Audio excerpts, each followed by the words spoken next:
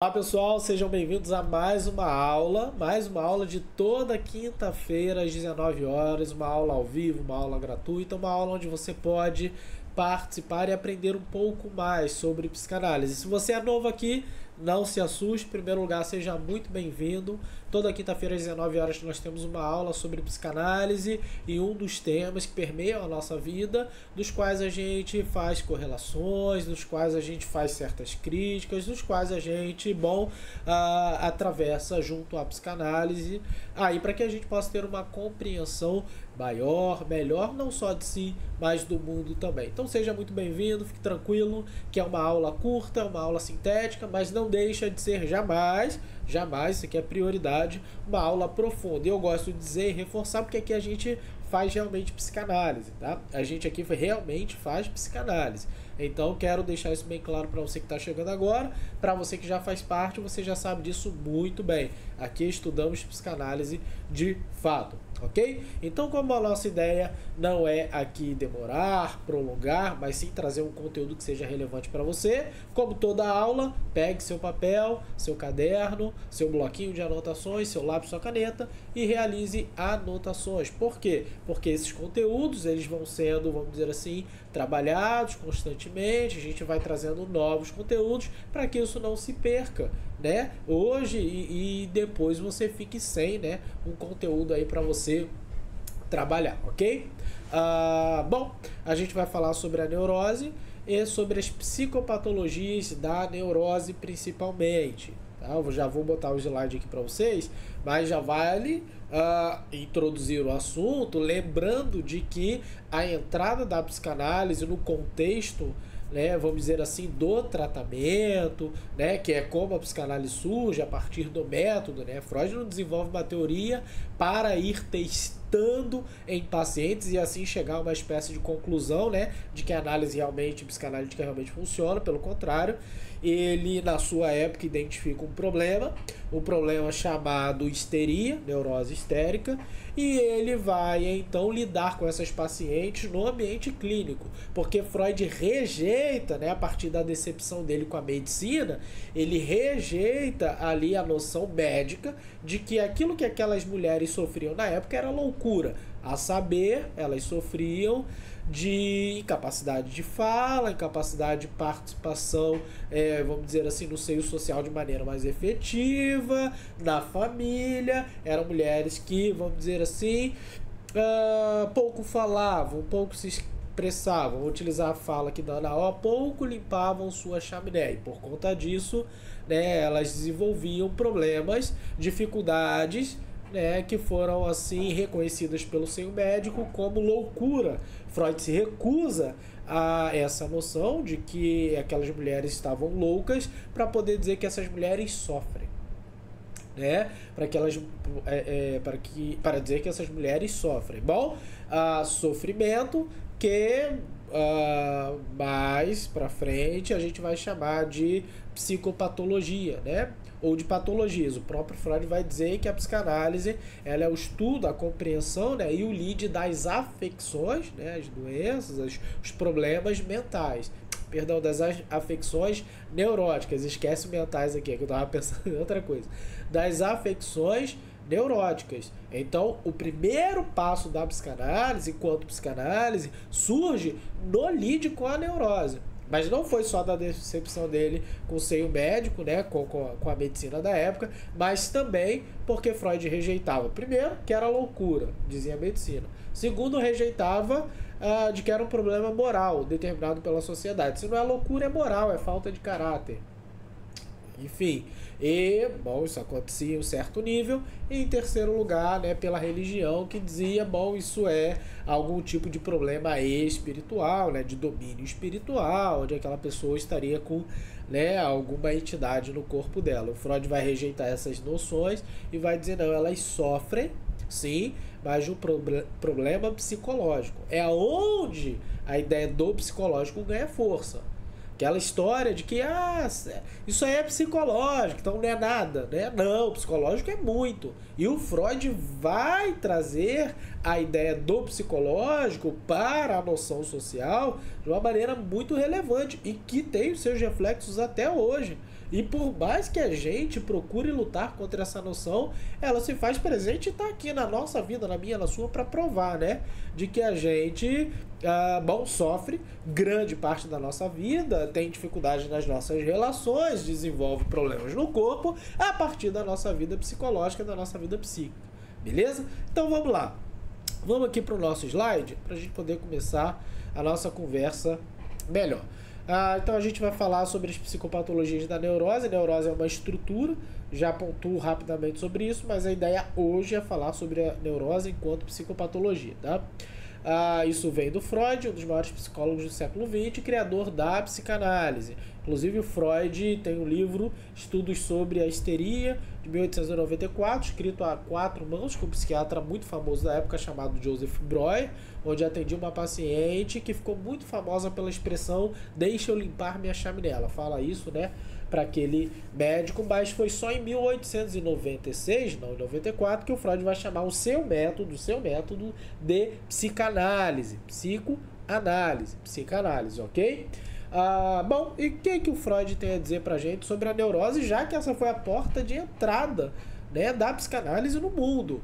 A porta de entrada do método, né, da prática, do qual vai tratar até hoje dos problemas da nossa alma que refletem no nosso comportamento, que refletem no nosso corpo, que refletem nas nossas relações, tá? Que a porta de entrada, então, foi a neurose. Vamos lá. Deixa eu ver se eu consigo passar assim. Beleza. Definição de neurose. O que é neurose? Segundo Freud, é um distúrbio psicológico caracterizado por sintomas como ansiedade, fobias, né, e obsessões. Essas ansiedades, elas estarão ligadas, a ansiedade em si estará ligada principalmente à ideia de uma expectativa, de algo que se manifesta na nossa alma e do qual a gente não consegue objetificar, né, algo nebuloso e que interfere a nossa vida em algum nível. Então a gente vai falar sobre a neurose da época do Freud, mas a gente pode pensar em como a neurose hoje se manifesta, né?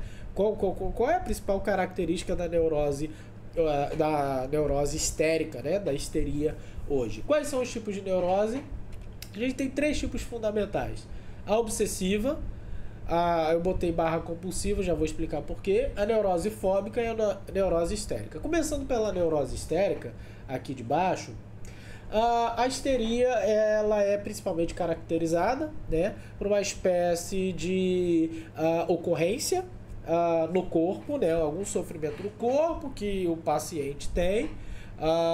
E hoje a gente pode trazer várias possibilidades, alopécia, psoríase, a gente pode falar sobre o tipo de diabetes, o gatilho para o câncer, a gente pode falar sobre enxaquecas, tosses constantes, né, alergias e por aí vai. Existem diversas maneiras do nosso corpo reagir aos nossos conflitos psíquicos. Então são certas, a neurose histérica, ela era principalmente caracterizada, ainda é em certo nível, principalmente pela ocorrência de algum tipo de sofrimento no nosso corpo, do qual nenhum exame médico ele pode classificar. Ele pode dizer, a etiologia, a causa dessa doença no seu corpo vem aqui desse acidente, vem porque você tropeçou na mesinha de centro, vem por conta de uma queda que você teve, por conta de um remédio que você tomou. Não, são aqueles problemas que eles não podem ser diagnosticados. Pode fazer exame, pode refazer exame, que não vai dar nada. Pode dar alguma coisa relacionada a outras coisas, então, mas enfim, não vai dar nada relacionado àquilo. Então são os nossos conflitos psíquicos que descarregam essa forma de vamos dizer assim, resolver o problema no nosso corpo. É como que uma equação que precisasse ser resolvida, só que a resposta ela é colocada num lugar do qual a gente não espera. A resposta acaba sendo no nosso próprio corpo. Daí o nosso sofrimento, vamos dizer assim, enquanto histeria, enquanto histérico, no corpo, tá? As pacientes do Freud sofriam muito, vocês vão ver, de algumas até de alucinação, um delírio, né, neurótico, de certos espasmos, mutismo seletivo, perdia a capacidade da fala, né? Às vezes até a incapacidade de ver. Vocês vão ver casos de perda da capacidade de falar a língua materna. Gente que dominava uma segunda língua e não conseguia falar mais a primeira, tinha dificuldade. Vocês vão ver casos onde, por exemplo, a paciente perde a capacidade de beber água por conta de um conflito psíquico ligado a uma cena que ela viu. É uma cena, vamos dizer assim, conflitante. E vocês vão ver como que isso acontece na nossa vida. Não precisa ir tão longe. Talvez essa situação radical soe para você como algo estranho, mas veja bem na sua vida. Certas estranhezas do seu comportamento que estão ligadas a certos conflitos, do quais você nem reconhece. Mas você fala, eu não sei porque que acontece isso comigo. Eu não sei porque que eu sofro assim. Por isso, por causa disso. Entende? Então a neurose histérica ela é classificada principalmente por essas ocorrências no corpo, esse sofrimento, o qual a gente não consegue classificar por nenhum tipo de exame. Então a gente tem a resposta enquanto conflito psíquico. E que a psicanálise ela nasce para principalmente lidar, né, o lead da alma com esses conflitos. A neurose obsessiva, a gente vai pular a fóbica por enquanto, ela diz respeito a ideias intrusivas, né? Ideias que se estabelecem na nossa mente, ideias que se estabelecem, né, na nossa, no nosso pensamento, no nosso processo, né, de racionalização, na nossa vida consciente, do qual a gente, vamos dizer assim, não consegue rechaçar. Certos pensamentos que são repetitivos. Certos pensamentos mais ou menos ligados à organização, à limpeza, pensamentos que se estabelecem em nós e né, muito conflitantes e que a gente não consegue simplesmente dizer não, sai daqui. Né? Pensamentos que se repetem. Então, obsessão. São ideias intrusivas que se apresentam enquanto obsessivas. E esse é o tipo de sofrimento ou de manifestação psicopatológica que muitas vezes a gente deixa de lado e que pode nos levar a consequências um pouco maiores. Né? Tanto é que é difícil você reconhecer um obsessivo em análise. É difícil o obsessivo ir à análise. Por quê? Porque para ele é simplesmente uma ideia e que isso está tudo bem.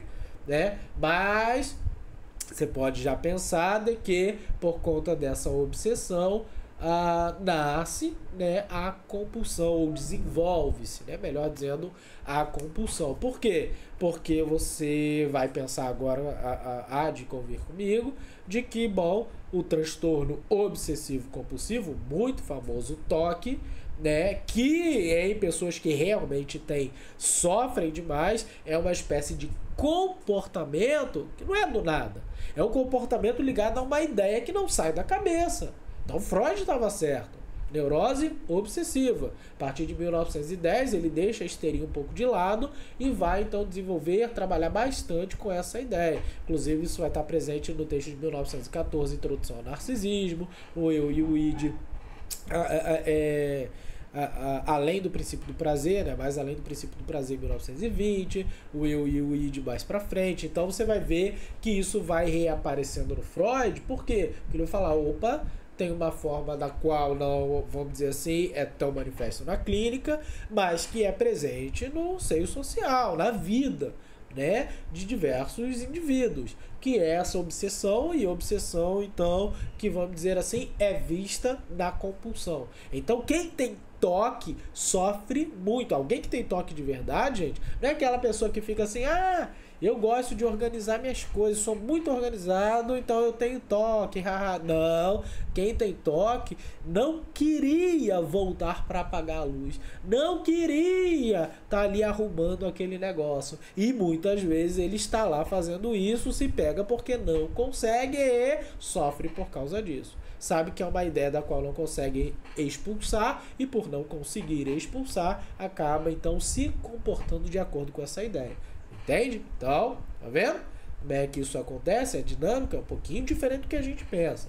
E a neurose fóbica? Neurose fóbica, sim, está ligada à fobia, você já deve ter pensado. E a fobia é enquanto um medo excessivo de um objeto concreto. Por quê? Porque medo não é ansiedade, ansiedade não é medo. Eles, de alguma maneira, vamos dizer assim, eles se encontram, né? Eles vão conversar, mas a ansiedade e o medo são aspectos naturais do ser humano, mecanismos de preservação do ser humano, porém, a ansiedade não tem um objeto concreto. Né? A ansiedade está ligada à expectativa, algo que eu quero muito que aconteça e tenho medo de que não aconteça, ou algo que eu quero muito que não aconteça e tenho medo de que aconteça. Então você tem essa dinâmica da qual está ligada a expectativas e o objeto não tem uma certa forma. O medo tem uma forma concreta. Por isso que quando a gente fala em fobia, aracnofobia, agarofobia, tudo que é fobia, né? A gente tem medo excessivo de barata, né? Gente que tem medo excessivo de lagartixa. Agora, qual é a sacada disso? Por que neurose fóbica? Porque o objeto do qual a gente tem medo, ele não necessariamente está ligado, né, à situação que eu vivi traumática em relação ao objeto. Tá? Por exemplo, entra uma barata voando um dia e bate assim na minha testa, aquilo me causa um certo nojo, espanto, mas eu vou e mato. E aí a partir dali então, dá a chavinha vira, e aí eu tenho agora um medo excessivo de barata. Eu ver a barata e eu começo a ficar nervoso, a mão sua, o coração dispara e aí eu fico imóvel. Aqui, porque o medo de muitas coisas é normal, o medo excessivo foge à normalidade. A possibilidade, então, de um equilíbrio. E aí, né, esse excesso ele precisa ser resolvido. Só que qual é a questão? Muitas vezes o totem, né, o objeto totêmico do meu medo não é por conta do dia em que a barata bateu na minha testa. É porque naquele dia o meu conflito psíquico ligado a um trauma, ligado a uma certa vivência do passado, se conectou àquele objeto. Então aquele medo excessivo de barata diz respeito a um conflito que se manifesta naquele totem, naquele objeto totêmico do meu medo. Então eu tenho um objeto concreto. Qual é? Lagartixa. Qual é? Barata. Caso do pequeno rãs. Qual é? Cavalo. Bom, seja qual for o objeto totêmico do meu medo excessivo, o objeto concreto, ele vai estar ligado ao que? A uma situação conflitante, relacionada a um desejo, relacionada a um trauma, relacionado, né, aos conflitos psíquicos. Então agora você já descobriu. Caso você tenha fobia, não é aquele, eu tenho muito medo. Muito medo é ok, mas eu paraliso.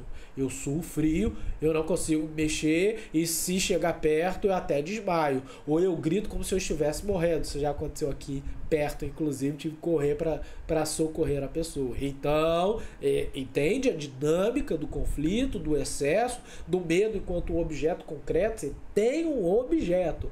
Esse objeto diz respeito a uma circunstância que você viveu relacionada a ele, porém ligado a um conflito psíquico, de desejo, né, travessia da relação, traumática, enfim, né, ligado à sexualidade de uma forma geral.